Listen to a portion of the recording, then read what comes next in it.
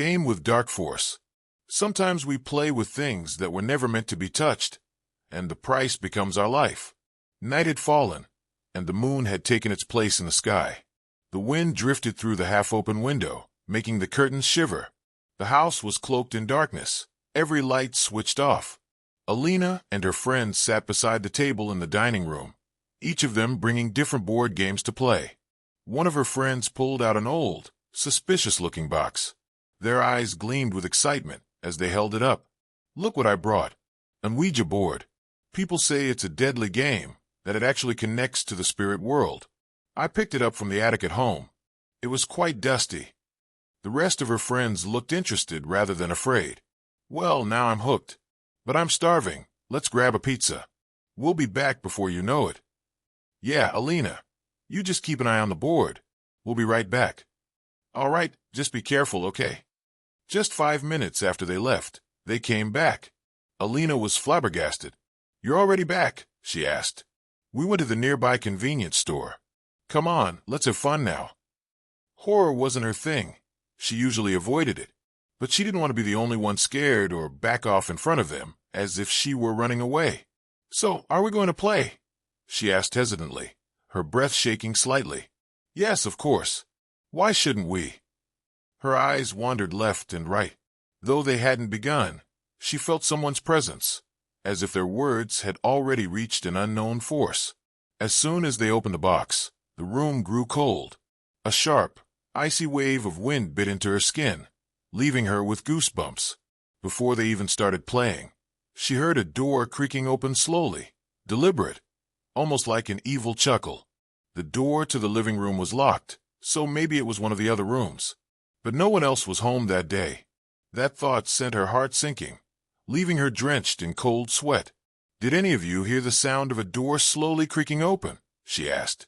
They shook their heads, saying, "No, what are you talking about? Your ears must be ringing. Are you perhaps scared?" They laughed. "No, I was just asking," she replied, as her body quivered while she tried to calm down. They lit the candles and placed their fingers on the planchette, the triangle that was supposed to move by itself, spelling out answers to their questions. There were 2 important rules for this game that she remembered. 1. Once you start, never pull your hand back. Everyone must keep in contact. 2. Never play alone. Always have at least 1 or 2 people with you. She wanted to quit but couldn't. It had already started, and the flow of questions had begun. "Is there anyone here with us?" asked one of her friends, Naab. Strangely, after they returned, the room had become suffocatingly heavy, and the look in their eyes held many secrets. No response. Dreadful silence. "We welcome any spirits who wish to speak with us. Are you with us?" she asked again. It moved. The planchette moved. Alina's fingers trembled uncontrollably as she tried her best to steady them. It was moving very fast. Up, right, left. It didn't stop, and the locked door began to shake uncontrollably. The windows started to crack, as if they were about to shatter. "You look scared," said one of them.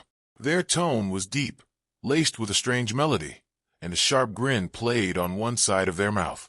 Her heart pounded as shivers raced through her.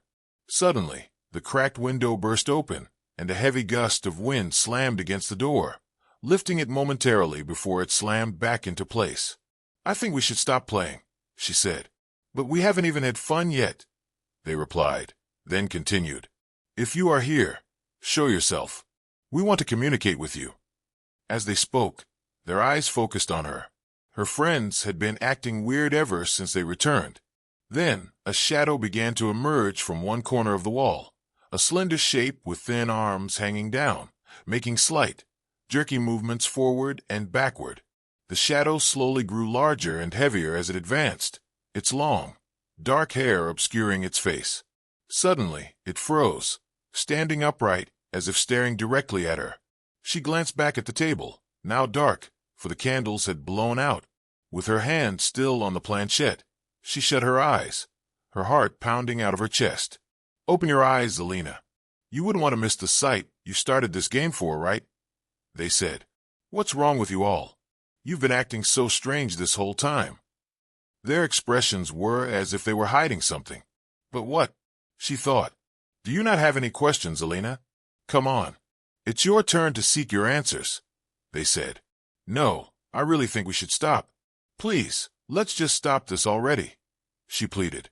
You let go of the planchette, Alina. Oh no, I wonder what might happen now. What was wrong with their tone?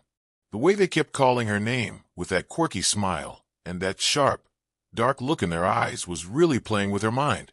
What was going on? The same friends whose eyes once gleamed with excitement were now different, she thought. The house fell silent. Hesitantly, with her trembling body, she looked back at the wall.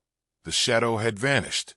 In the horrifying silence of this house, a place that no longer felt like hers, but more like a trap where she was prey to ravenous forces, her phone rang, cutting through the quiet like a glitch. She checked the caller's name, and it was one of her friends.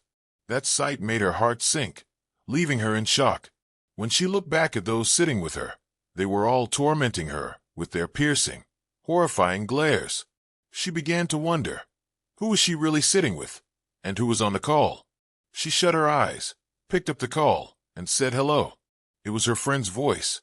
They said that they couldn't make it back because they had sneaked out without telling their parents, and so went back but forgot to inform her. She looked up again and asked with her voice that had almost left her soul, as if she was running out of it. Who are you? You are not my friends. Their eyes turned into deep black holes as their mouths wrinkled, slowly lifting their corners until they stretched unnaturally, reaching the edges of their eyes. The whisper of their voice was piercingly sharp, yet heavy enough to echo in her mind and body. But Alina, we are your friends. We never left. You called us. You let us in. Their smiles widened, splitting their faces like cracked porcelain. You broke the rules, Alina. You let go. And now we get to play however we want. The air grew thick, the walls pressing closer, the shadows crawling toward her. Tell us, will you run? Or shall we begin again? With her trembling body, she pushed herself off the chair and ran towards the door, but it wouldn't budge. A lock covered in metal chains appeared on the handle. In a muffled, stammering voice, she begged for forgiveness. Alina's screams tore through the suffocating darkness, but no one heard her. Desperation clawed at her throat as she turned to flee, but before she could take a step, cold metal chains slithered around her ankles. With a merciless yank, they lifted her into the air, her body thrashing helplessly. A chilling presence loomed before her, its hollow black eyes drinking in her terror. You started this play, Alina. Where do you think you're running to? The jinn's voice slithered like poison, thick with malice. Shaking, Alina tried to recite verses from the Quran, her lips trembling, her voice weak. But fear had already seeped into her bones, wrapping around her like an invisible shroud. Before she could finish, the jinn struck, hurling her against the wall with a force so brutal that her head split open on impact. Blood painted the cracked surface as her vision blurred. The chains dragged her higher, binding her to the loft, her hair ensnared in the scorching embrace of the cursed fire-forged links. Pain consumed her, an agony beyond mortal comprehension, and yet nothing changed. Her cries for help dissolved into the thick air, swallowed by the walls that seemed to pulse with unseen hunger. Only the jinn's laughter remained, a chorus of torment that filled every inch of the forsaken house. And then, as the fire gnawed at her, as the weight of her own fear crushed the last remnants of her soul, her body convulsed once, then fell eerily still. Alina was no more. By the time the night ended, there was nothing left of her. No trace of her corpse. No sign she had ever existed. It was as if the house itself had devoured her. Moral: fear is the true prison of the soul. When one invites darkness in, whether through reckless curiosity, disbelief, or the games they do not understand, it will demand its price. And in the end, the one who plays with the unknown must be ready to pay in ways they never imagined.